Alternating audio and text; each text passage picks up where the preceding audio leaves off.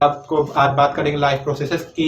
Reading की हम बात करेंगे, फर्स्ट पेज की हमने आज रीडिंग करना है इस वीडियो में, तो इस वीडियो में हम रीडिंग करेंगे। उससे पहले लेकिन हम कुछ डेफिनेशन जो कि हमने बताई थी आपको लेक्चर में, कंसेप्ट वाले लेक्चर में, लेकिन हमने लिखाई नहीं थी, तो उनको हम यहाँ पे लिख देते हैं, तो आप नोट कर लीजिएगा। एक हम डेफिनेशन लोकोमोशन की लिख दे रहे हैं, एक मूवमेंट की लिख ले रहा है, ठीक है।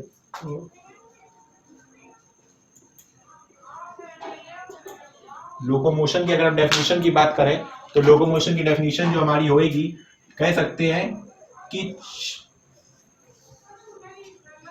दूसरा चेंज इन क्या कहेंगे, प्लेस, यानी कि change in place by movement, ठीक है। अब उससे पहले हम बात कर ले, देखो समझा हम एक बार अच्छे से दे रहे दोबारा, लेकिन उससे पहले हम बात कर ले मूवमेंट क्या है, ठीक है। मूवमेंट की अगर हम डेफिनेशन की बात करें तो मूवमेंट का हो गया चेंज इन बॉडी पोस्चर,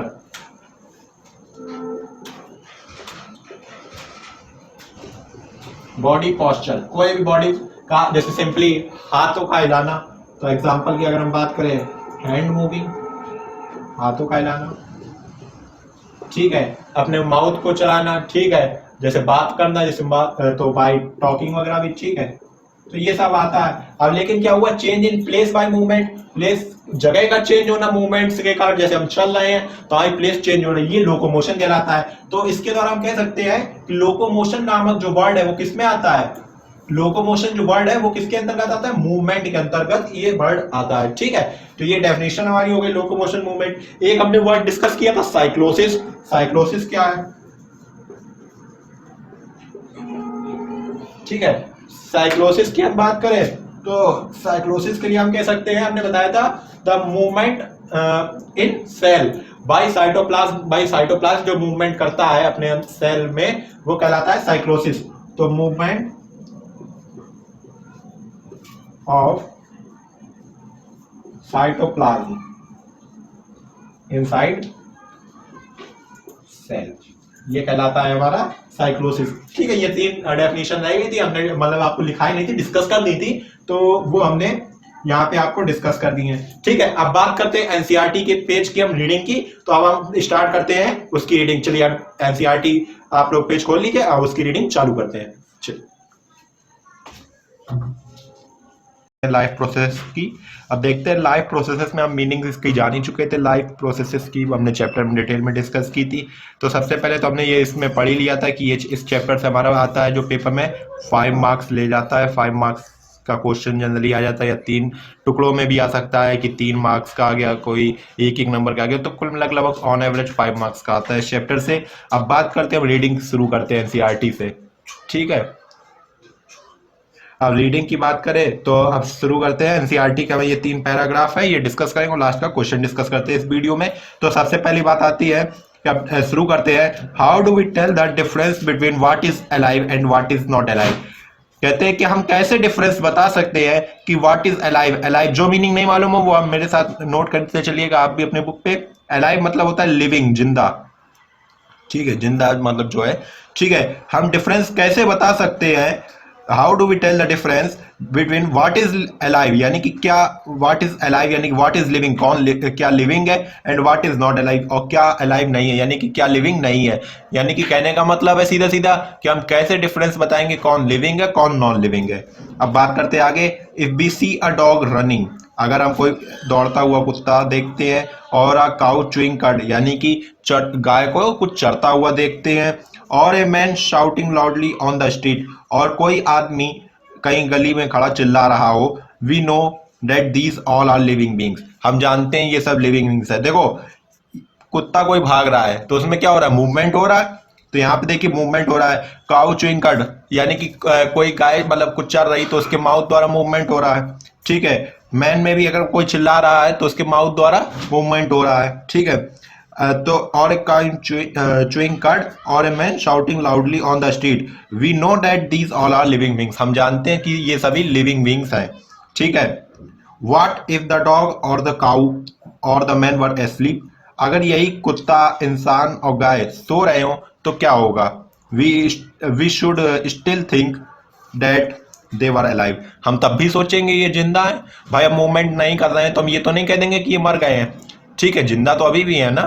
तो वही कह रहे हैं we should still think that they were alive, क्योंकि हम जानते हैं वही कि मतलब कुत्ता हुआ या गाय हुआ या इंसान हुआ ये लिविंग ऑर्गेनिज्म है, ठीक है। तो हम हम जानते हैं और सोचेंगे ही ऐसा कि वो जिंदा है। But how did we know that, लेकिन हम जाने कैसे, क्वेश्चन ये आता है कि हम जाने कैसे। तो भाई जानने के लिए हमने कुछ कैरेक्टरिस्टिक्स डिस्कस किए थे कंसेप्ट वाले लेक्चर में, तो वो सब कैरेक्टरिस्टिक्स को देखेंगे, ठीक है। वी सी देम ब्रीथिंग, हम उनको सांस लेता हुआ देख रहे होंगे। And we know that they are alive, हम उनको सांस लेता हुआ देख रहे होंगे तो इसलिए हम कह देंगे कि वो जिंदा है। व्हाट अबाउट प्लांट्स, अब बात करें प्लांट्स के बारे में, आप ऐसे क्या कहेंगे, how do we know that they are alive, आप कैसे कहेंगे कि वो जिंदा है। प्लांट्स के बारे में आप कैसे कहेंगे कि वो जिंदा है, तो वी सी देम ग्रीन, हम उन्हें हरा भरा देखते हैं। सम ऑफ अस विल से, मतलब कुछ लोग कहेंगे कि वो हरे होते हैं तो इसलिए वो लिविंग है, ऐसी तो कोई बात नहीं है। फिलहाल हरे होते क्यों हैं, हरे हमने इसलिए पढ़ा है क्लोरोप्लास्ट की वजह से हरे होते हैं, क्लोरोप्लास्ट नामक सेल ऑर्गेनेल उनमें पाया जाता है इसलिए वो ग्रीन होते हैं। What about plants that leaves of colours other than green, but अगर कोई प्लांट्स जिनकी लीव्स अदर देन ग्रीन यानी कि हरे के अलावा कोई और कलर की, जैसे नहीं आपने देखा होगा हल्का रेडिश आ गया या येलोपन आ गया, या फिर बात करें हल्का पिंकिश आ जाता है, तो वो क्या प्लांट्स लिविंग नहीं होंगे, भाई वो भी लिविंग होंगे। तो ये तो कोई कैरेक्टरिस्टिक नहीं हुआ कि ग्रीन होंगे तभी हम उसको लिविंग कहेंगे, तो यही बात है। But what about plants that have leaves of colour other than green, तो वो भी भाई लिविंग तो होंगे। दे ग्रो ओवर टाइम, आपने अब देखा होगा प्लांट्स जो है मतलब जीवन पर्यंत अपने ग्रो करते रहते, जबकि एनिमल्स एक लिमिटेड मतलब ग्रोथ करता है, मतलब उसकी जो ग्रोथ होगी वो एक सर्टेन एज तक होती है एनिमल्स के केस में, ह्यूमंस के केस में, लेकिन plants through out their life growth करता रहता है, ठीक है। तो वही लिखा है दे ग्रो ओवर टाइम, मतलब वो अपने जीवन पर्यंत ग्रो करता रहता है। So we know that they are alive, so हम जानते हैं, इसी प्रकार हम जानते हैं कि वो जिंदा है। सम विल से, कुछ लोग ऐसा कहेंगे कि भाई प्लांट जो है, अब जो लोग जानते हैं वो कहेंगे कि प्लांट लाइफ टाइम ग्रो करता रहता है तो वो लिविंग ऑर्गेनिज्म है, वो जिंदा है। अब एनिमल्स कहते हैं, एनिमल्स के केस में तो जीवन पर्यंत ग्रोथ नहीं होती है, लगभग जो एज हाइट हाइट बढ़नी होती है वो भी लगभग 18 से 20 साल तक की उम्र में लगभग फिक्स हो जाती है, तो उसके बाद क्या उसको नॉन अलाइव कह देंगे, मतलब नॉन लिविंग कह देंगे, ऐसा तो नहीं है।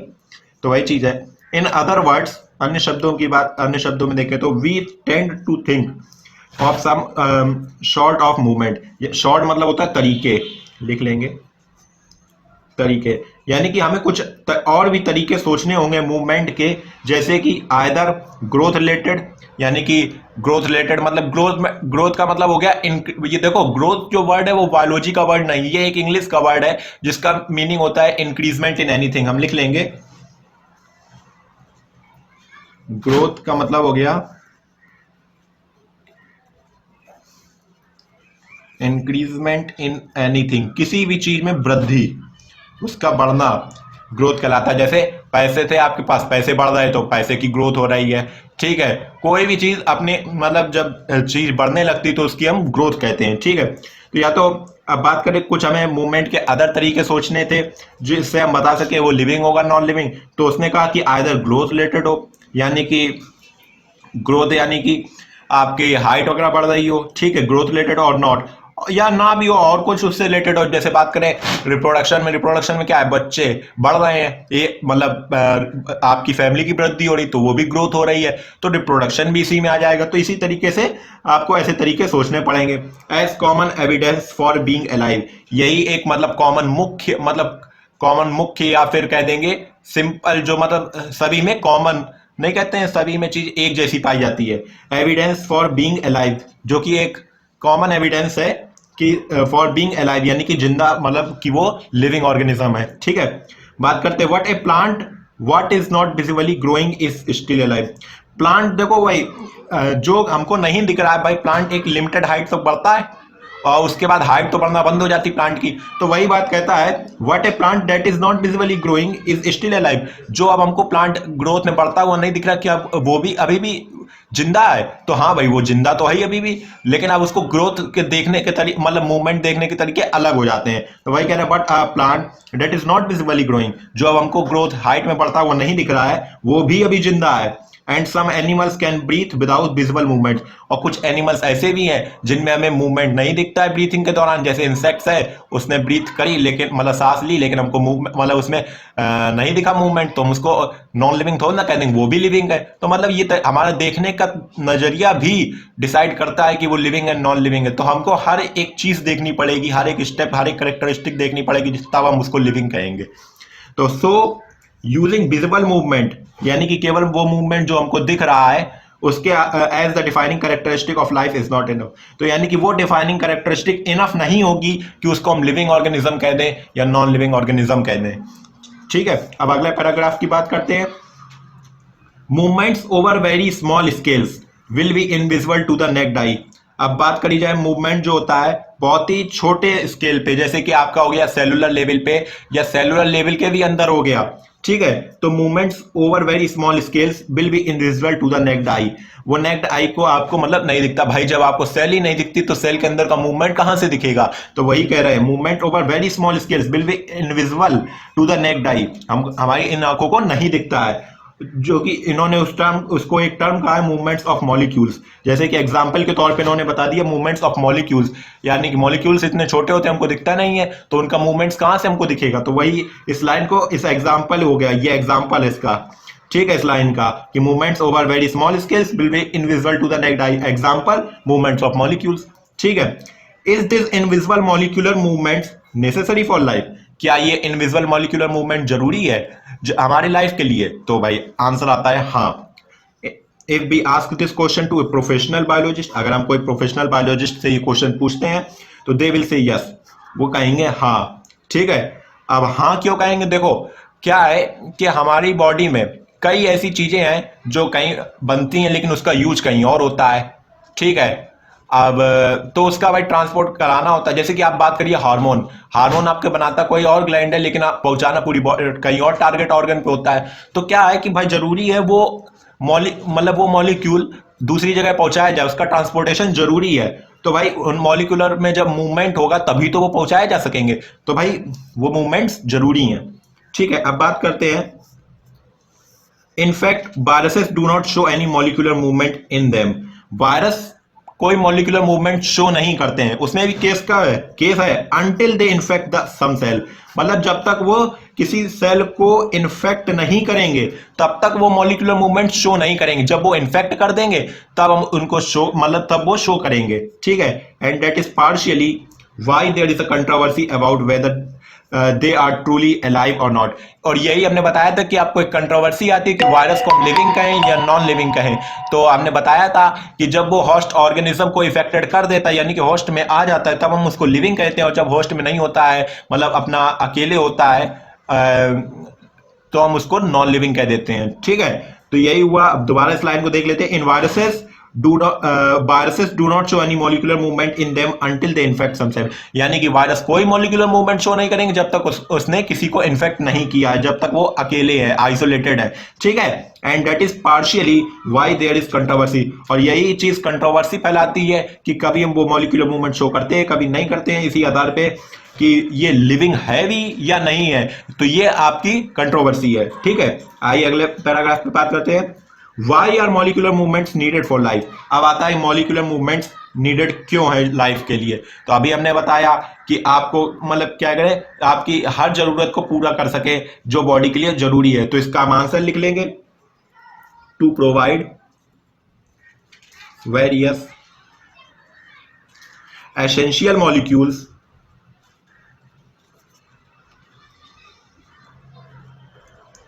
थ्रू आउट द बॉडी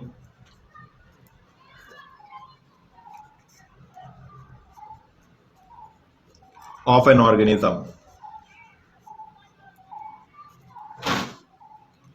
अगर हम एग्जाम्पल की बात करें तो एग्जाम्पल के तौर पे अभी हमने हार्मोन्स का डिस्कस किया, अब एक और एग्जांपल ले लेते हैं, जैसे एटीपी। भाई एटीपी की भी जरूरत है आपकी, जैसे कई एक सेल में बनी है, सेल टू सेल जानी पड़ेगी। जैसे कोई भी आप काम करते हैं, आपको भाग रहे हैं, दौड़ रहे हैं, अपना पढ़ रहे हैं, सो रहे हैं, तो तब भी एटीपी चाहिए। तो एटीपी आपको क्या होगा, पूरी बॉडी में ट्रांसपोर्ट करनी पड़ेगी। वो भी आखिर है तो एक मॉलिक्यूल, एटीपी, एडिनोसिन ट्राइफॉस्फेट। इसको हम डिस्कस करेंगे जब हम पढ़ेंगे रेस्पिरेशन, लेकिन अभी हम इसको बात कर रहे हैं। तो आखिर ये है तो जरूरी, तो इसका भी ट्रांसपोर्ट जरूरी है और हार्मोन्स का भी ट्रांसपोर्टेशन जरूरी है। तो यही कहते हैं why are molecular movements needed for life. तो हम कहेंगे बॉडी के सारे एसेंशियल फंक्शंस को चलाने के लिए ये इनका ट्रांसपोर्टेशन जरूरी है, मॉलिक्यूलर मूवमेंट इनका जरूरी है। अब बात करें, we have seen in earlier classes, हमने पिछली क्लासेस में देख चुके हैं, यानी कि 9th क्लास की बात कर रहे हैं, that living organism are well organised structure. By living organism well organised structure हमने बताया था, सेल मतलब पूरा, अगर हम बेसिक से कहें, इलेक्ट्रॉन प्रोटॉन न्यूट्रॉन से बन के एटम बना, एटम से मॉलिक्यूल, मॉलिक्यूल से मतलब आपका उधर बना था, फिर हमने बनाई थी इलेक्ट्रॉन प्रोटॉन न्यूट्रॉन से हमने एटम बनाया, एटम से मॉलिक्यूल बना के कंपाउंड बना के फिर हमने आपका बनाया था सेल ऑर्गेनल, और सेल ऑर्गेनल से फिर हम लोगों ने सेल बनाई थी, सेल से फिर टिश्यू बनाया था, टिश्यू से फिर हम लोगों ने ऑर्गन, ऑर्गन से ऑर्गन सिस्टम। ये पूरा एक वेल ऑर्गेनाइज्ड चेन थी ना भाई।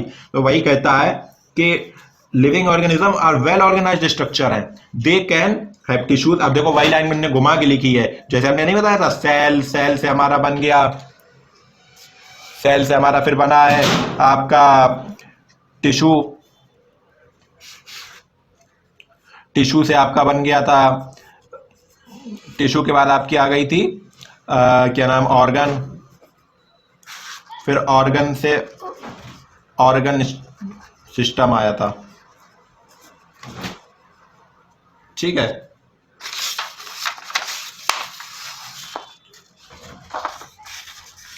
ठीक है, ऑर्गन सिस्टम आ गया था हमारा।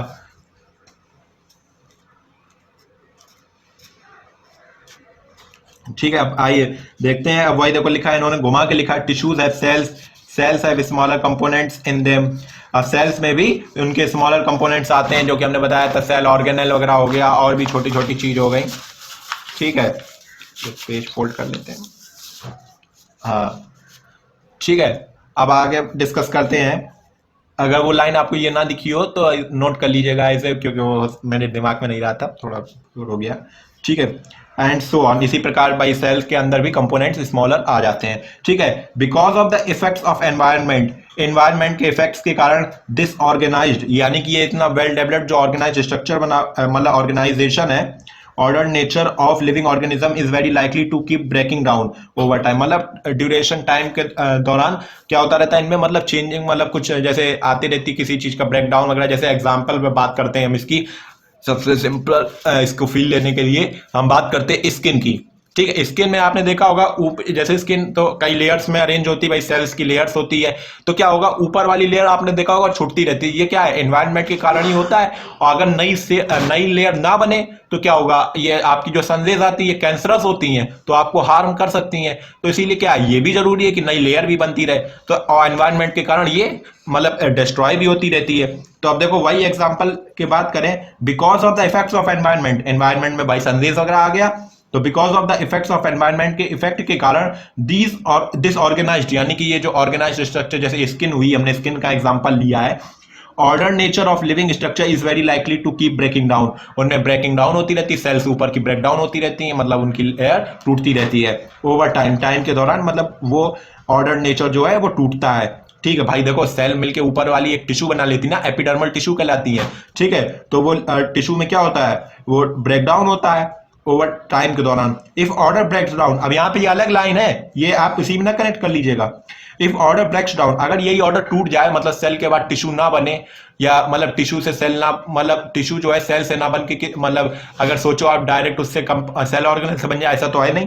तो वही कहता है, इफ ऑर्डर ब्रेक्स डाउन, अगर बीच का कोई भी एक क्रम, जैसे टिश्यू गायब हो गया या ऑर्गन गायब हो गया, तो कोई भी अगर ऑर्डर टूट गया, the organism will no longer be alive, वो ऑर्गेनिज्म ज्यादा लंबे समय तक जिंदा रह ही नहीं सकता है, मतलब वो जिंदा रह ही नहीं पाएगा। ठीक है, कहने का मतलब यही है, वो ऑर्गेनिज्म मर जाएगा। ठीक है, so living creature creatures must keep repairing and maintaining their structure, मतलब ये बेहद जरूरी है कि उनका जो स्किन वगैरह की लेयर टूट रही है या तो जरूरी है कि नई लेयर आती रहे जिससे हम कैंसर सनरेज से बचे रहें। तो वही बात कहता है कि so living creatures must keep repairing, यानी कि उनको रिपेयरिंग करनी होगी अपनी सेल्स की, और मेंटेनिंग यानी कि उनको मेंटेन करना होगा, मतलब दोबारा वो लेयर लानी होगी, मतलब मेंटेनिंग देयर स्ट्रक्चर मतलब उनको रिपेयर करके मेंटेन भी करना होगा, तभी वो जाके लाइफ रह पाएगा, नहीं तो वो मर जाएगा।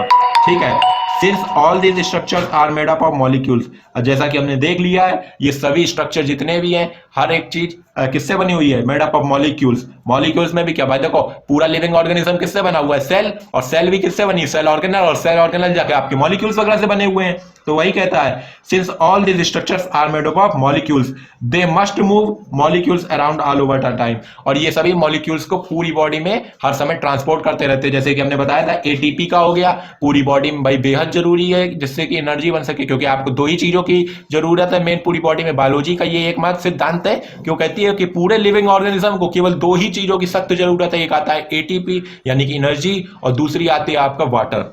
ठीक है, तो हमने एटीपी का ट्रांसपोर्टेशन और हार्मोन्स का ट्रांसपोर्टेशन से यहाँ पे आपको ये लाइन, ये पूरा पैराग्राफ ये समझाया था, और ये आपको हमने समझाया, आप नोट कर लीजिएगा कि हमने एक एग्जाम्पल लिया है इसके लिए स्किन का। ठीक है, स्किन के एग्जाम्पल से हमने इसको समझाया है। ठीक है, अब आता है अगला question, what are the maintenance processes in living organism, कि आखिर ऐसी प्रोसेसेस क्या है जिससे लिविंग ऑर्गेनिज्म अपने आप को मेंटेन करता है। तो देखो इसका एनिमल्स के लिए हम अलग डिस्कस करते हैं, प्लांट्स के लिए अलग डिस्कस करते हैं। ठीक है, तो आखिर मेंटेनेंस प्रोसेसेस जो है लिविंग ऑर्गेनिज्म की हम देखते हैं। अगर हम बात करें एनिमल्स में, देखो सबका ब्रेकिंग डाउन मतलब मेंटेनेंस का प्रोसेस तो रेस्पिरेशन ही मेन। अगर आंसर आपसे वन वर्ड में पूछा जाए तो आप रेस्पिरेशन लगाएंगे, दोनों में कॉमन है। ठीक है, अगर लेकिन हम बात करें तो इसका आंसर तो वैसे हो गया रेस्पिरेशन, लेकिन अगर हम डिटेल की बात करें, अगर हम थोड़ा खोल के मतलब एनिमल्स और प्लांट्स में बात करें तो भाई एनिमल्स में आपका पहले क्या होता है, डाइजेशन, डाइजेशन के बाद होता है रेस्पिरेशन। भाई डाइजेशन में आपका फूड का ब्रेकडाउन होगा, वो फूड ब्रेकडाउन से रेस्पिरेशन से एनर्जी मिलेगी, और फिर उसका होता है सर्कुलेशन जिससे पूरी बॉडी में एनर्जी मिल सके। ठीक है, तो ये तीन मेंटेनेंस प्रोसेसेस हुई, लेकिन हमें अगर वन वर्ड में आंसर लगाना हो तो हम लगाएंगे रेस्पिरेशन। ठीक है, अब प्लांट्स में बात करें तो प्लांट्स में डाइजेशन क्या, फोटोसिंथेसिस होती है, फोटोसिंथेसिस से खाना बनता है। ठीक है, और उसके दौरान ग्लूकोज बनता है, उसका होता है आपका रेस्पिरेशन। ठीक है, फिर रेस्पिरेशन के बाद उसमें क्या होता है, ट्रांसपोर्टेशन। तो ये तीन तरीके हुए, इसमें भी मेजर क्या हुआ, रेस्पिरेशन। तो इस प्रकार हमने पूरा ये पैराग्राफ की हमने रीडिंग पूरी कर ली है। ठीक है, थैंक यू। पेज की रीडिंग पूरी हो गई है, ये हमने रीडिंग कर ली है इस पेज की। अब आप लोग भी इसको एक बार दोबारा से एक बार अपना देख लीजिएगा, स्टडी कर लीजिएगा। कोई डाउट हो तो व्हाट्सएप नंबर हमने आपको लिंक्स वगैरह में दे ही रखा है, तो आप उस पर पूछ सकते हैं। ठीक है, तो आपको अगर वीडियो अच्छी लगे, सब अच्छा लगे, सब समझ में आए तो हमारे चैनल को लाइक करिए, शेयर करिए, सब्सक्राइब करिए। Thanks for watching, thank you.